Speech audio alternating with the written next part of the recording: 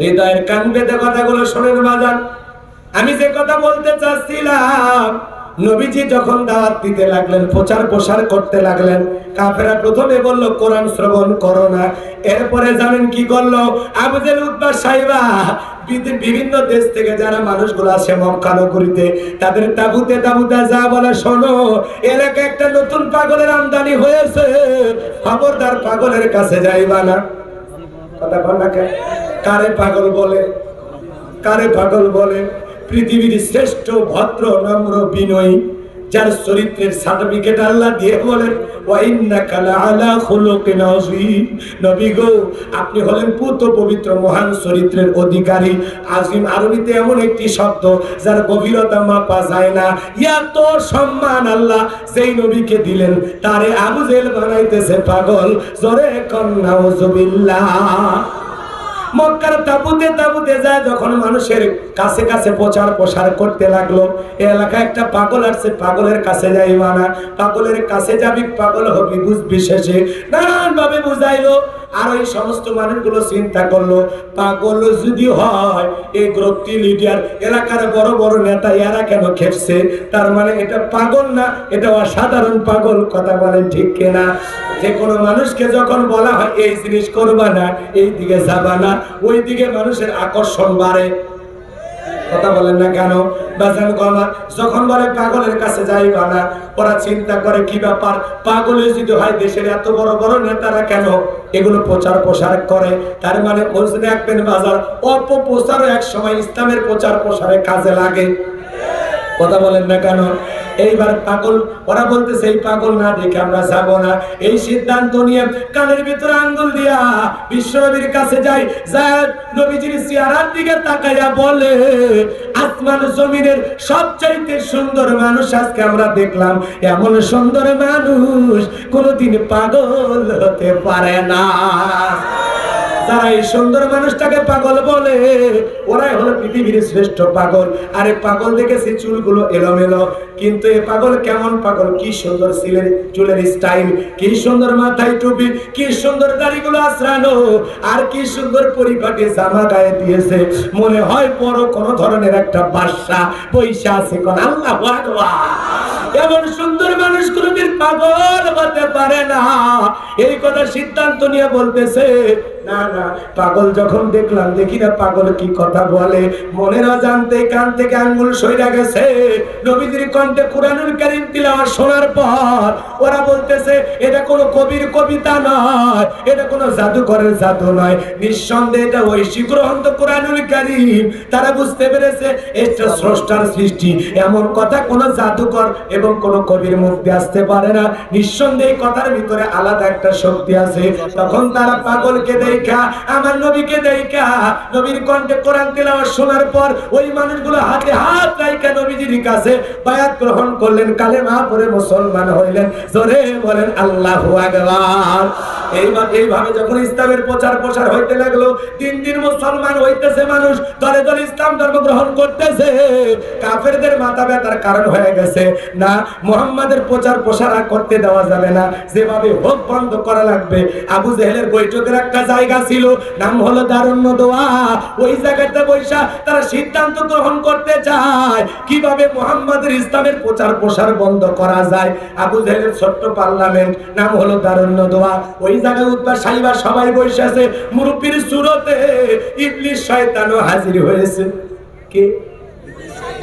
ইবলিস শয়তান এসে বলে, বাবা শুনেছি আজকে তোমরা খুব গুরুত্বপূর্ণ একটা সিদ্ধান্ত নিবা, আমি মুরব্বী হিসাবে তোমাদের এই সিদ্ধান্তে থাকতে চাই। আবু জেহেল বলতেছে, মুরব্বী যখন নিজের ইচ্ছা আসছে, কেন আমরা তাকে মানে বিরোধ তাড়াইয়া দেব? মুরব্বী থাকলে তো আরো ভালো। বসে মুরব্বী, আসে আপনি বসে।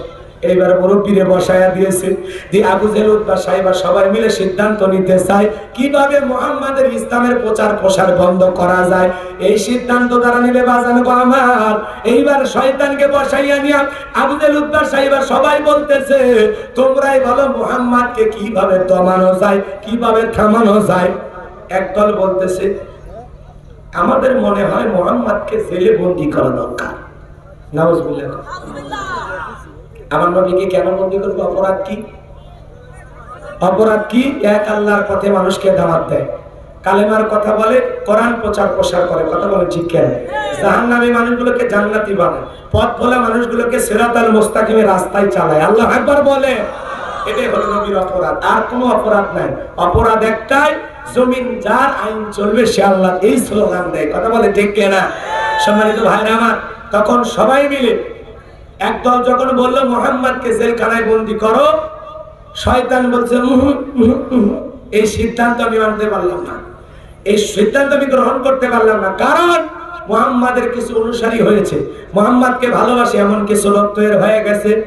মুহাম্মাদকে যদি জেলখানায় বন্দী করো, তারা হরতাল করবে, মিছিল করবে, স্লোগান দিবে, রাজপথ গরম করবে, আর বলবে জেলের তালা ভাঙবো, নবী মুহাম্মদকে বের করে আনবো।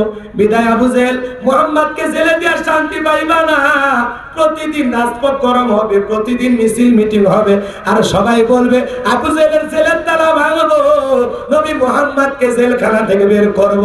আর যদি জেলখানায় দাও, ওখানে চোর বাটপার, ঢাকা সন্ত্রাস, চাঁদাবাজ, ক্যাডার মাস্তান যারা আছে, ওদের কাছে কালেমার দাওয়াত দিয়ে ইসলামের প্রচার প্রসার কইরা ওই কালো মানুষগুলোকে, ওই পথ বলে মানুষগুলোকে, ওই চোর ডাকাত গুলোকে জেলখানাতে দাওয়াত দিয়া তাদেরকে ইসলামের পথে আনবে।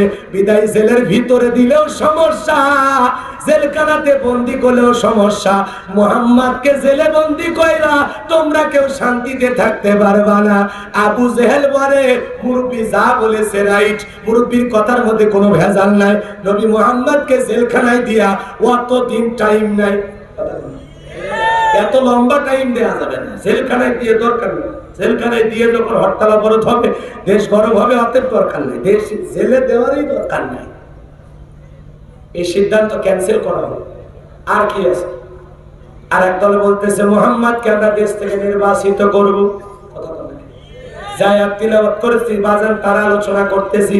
আল্লাহ রাব্বুল আলামিন বলেন ওয়াইদ ইয়ামকুরু বিকাল্লাযিনা কাফারু লিয়াসবিতুকা আও ইয়াকতুলুকা আও ইউখরিজু। স্মরণ করো কাফেরদের কথা, যখন কাফেররা দারুণতাতে বৈশা বিশ্বনবীর বিরুদ্ধে ষড়যন্ত্র করতেছে, পৃথিবীর শ্রেষ্ঠ মহামানব রহমাতুল আলামিনের বিরুদ্ধে, রহমাতুল আলামিনের বিরুদ্ধে ষড়যন্ত্র করতেছে। কিভাবে নবী মুহাম্মদ সাল্লাল্লাহু আলাইহি সাল্লামের দ্বীনের প্রচার প্রসার বন্ধ করা যায়? কথা বলেন, কারণ ওরা জানে দ্বীনের প্রচার প্রসার হয়ে গেলে আমাদের যে মণ্ডলগিরি, মাতাব্বরি, আমাদের ছোট ছোট নেতাগিরি কিচ্ছু থাকবে না, সব চলে যাবে মুহাম্মাদের হাতে। কথা বলে ঠিক কেনা? ওরা জানে কোরআন বোঝা মানে সত্য প্রকাশ হওয়া, আর সত্য প্রকাশ হওয়া মানে আমাদের দুই নাম্বারই আর চলবে না। কথা কয় না কেন? রাগ করেছেন আপনারা? কোরআনকে কেন টার্গেট করা হয়, ইসলাম আলাদেরকে কেন টার্গেট করা হয় বোঝেন না? হুজুরের কথা এত মানুষ শোনে কেন?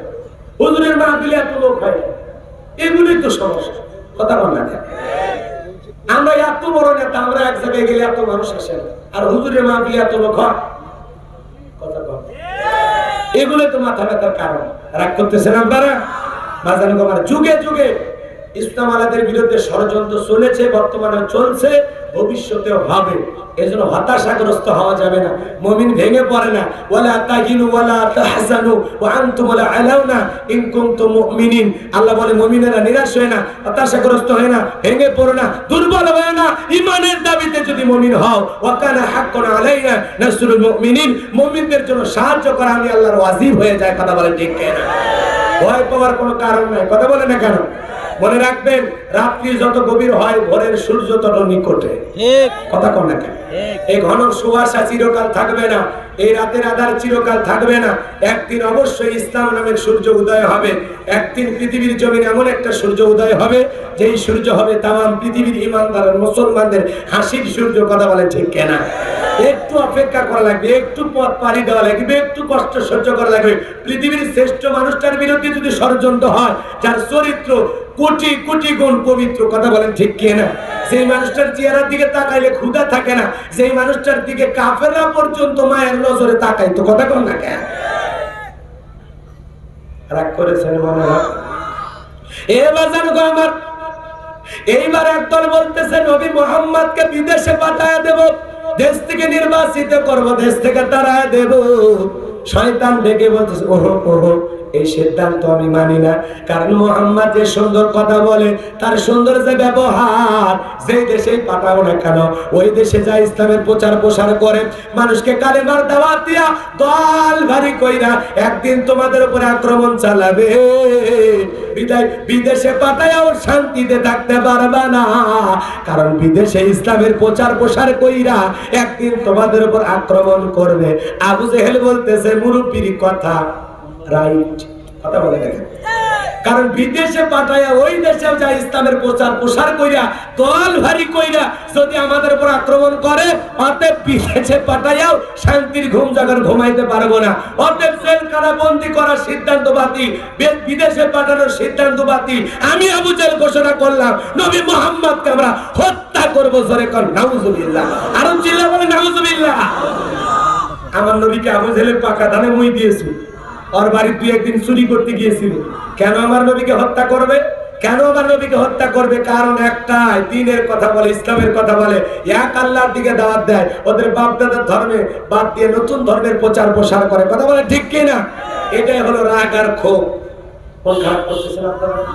এ মুসলমান আল্লাহর গোলাম, হৃদয়ের কান পেতে কথাগুলো শুনে যান বাজার। আবু জেহেল বলতেছে নবী মুহাম্মদকে আমরা হত্যা করবো, আও ইয়াকতুলুকা, তাকে হত্যা করব, তাহলে তো আর কোনো সমস্যা থাকে না। শয়তান বলতেছে তোমার এই সিদ্ধান্ত আমি মেনে নিলাম, কারণ মুহাম্মদ শেষ, তার দ্বীনের প্রচার প্রসারও শেষ। মুহাম্মদ বেঁচে থাকলে সমস্যা, সেটা বিদেশে হোক আর জেলখানায় হোক। আর যদি মুহাম্মদকে হত্যা করা হয় তাহলে সব সমস্যা মিটে যাবে। আবু জেহেল তখন বলতেছে শোনো, একটা গ্রস্ত লোক হত্যা করলে হবে না, কারণ একটা গ্রস্ত লোক যদি হত্যা করে যে কোনো সময় তার উপর প্রতিশোধ তারা গ্রহণ করতে পারবে। অতএব আজকের এই হত্যাকাণ্ডের সাথে আমরা সকল গ্রস্তের মানুষেরা জড়িত থাকব, যাতে সব সময় আমরা এক থাকতে পারি আর সবাই মিলে একটা বড় শক্তি হতে পারে। বিদায় তোমাদের সমস্ত গ্রস্ত থেকে একজন করে নওজোয়ান জুয়ান তাজা একটা করে যুবক আজকে রাতের মধ্যে রেডি করো। আজকে রাতে আমরা নবী মুহাম্মদ সাল্লাল্লাহু আলাইহি সাল্লামের বাড়ি ঘেরাও করে মুহাম্মদকে সকালবেলা হত্যা করব। জোরে কর নাউজুবিল্লাহ। সিদ্ধান্ত তারা নিল, কি করবে? আমার নবীকে কি করবে? হত্যা করবে।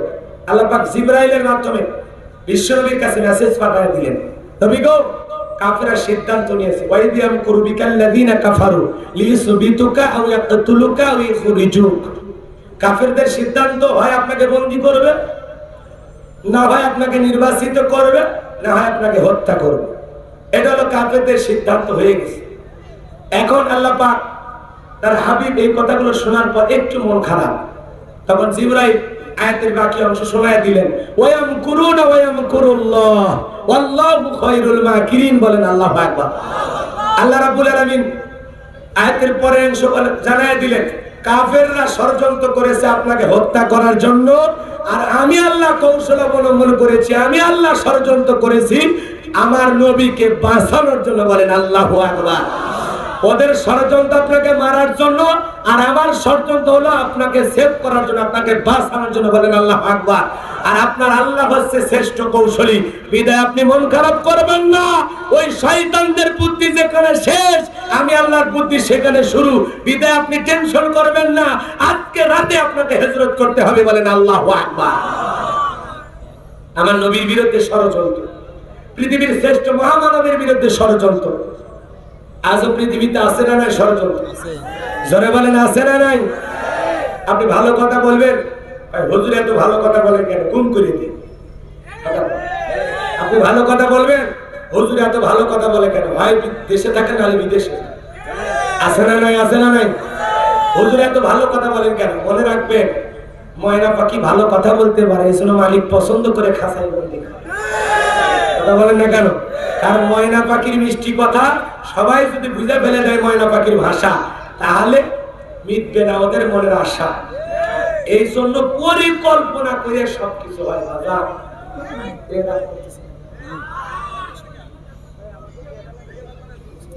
কষ্ট হচ্ছে আপনাদের? আমার নবীকে হত্যা করার জন্য তারা বাড়ির ধারে ঘেরাও করেছে। ঘটনাটা বলবো না, বাড়ির যাবেন। আপনি আমি এই নবীর উম্মতি তো, যে নবীর আলোচনা হচ্ছে, সন্দেহ আছে? নবীর প্রেম ভালোবাসা বুকে আছে না নাই? কোরআনকে আপনারা ভালোবাসেন তো ইনশাআল্লাহ? কারা কারা দু হাত তুলে টাকা লিল্লাহি তাকবীর, লিল্লাহি নারে তাকবীর। হাত খাড়া করেন, হাত টান টান করেন। কি হাত নামাইতে বলছি? কোরআন আমার সামনে, আমি মুসাফির মানুষ, কলিজার থেকে দোয়া করব। আমার প্রিয় ভাই এখানে বসে আছেন, আপনাদের সকলের কাছে আমি উদাত্ত আহ্বান করি, বাজান গোমা হৃদয়ের কান পেতে আপনার কথাগুলো শুনতেছেন। আমার নবী ষড়যন্ত্রের যে কথাগুলো কাফেররা বলেছে এবং সিদ্ধান্ত নিয়েছে, বাকি ঘটনা শেষ পর্যন্ত শোনার দরকার আছে না? শোনার দরকার আছে না? এরপরে বর্তমানে ইসলাম নিয়ে কি ষড়যন্ত্র চলতেছে সে কথাগুলো আমি আপনাদের সামনে শেয়ার করবো ইনশাআল্লাহ। একটু দয়া করে বাম হাতটা নামান, শুধু ডান হাত তুলে রাখেন। আল্লাহ বলেন ইল্লা সাহাবাল ইয়ামিন ফি জান্নাতি ইয়াতাসালুন, ডানপন্থী যারা জান্নাতে তারা। আপনারা আমার জানমালে ওয়াদা মোতাবেক আসছি 10টায়, আপনি 12টা পর্যন্ত আলোচনা করবো, এটা আমার মানে হয়েছে। সেখানে না 10-20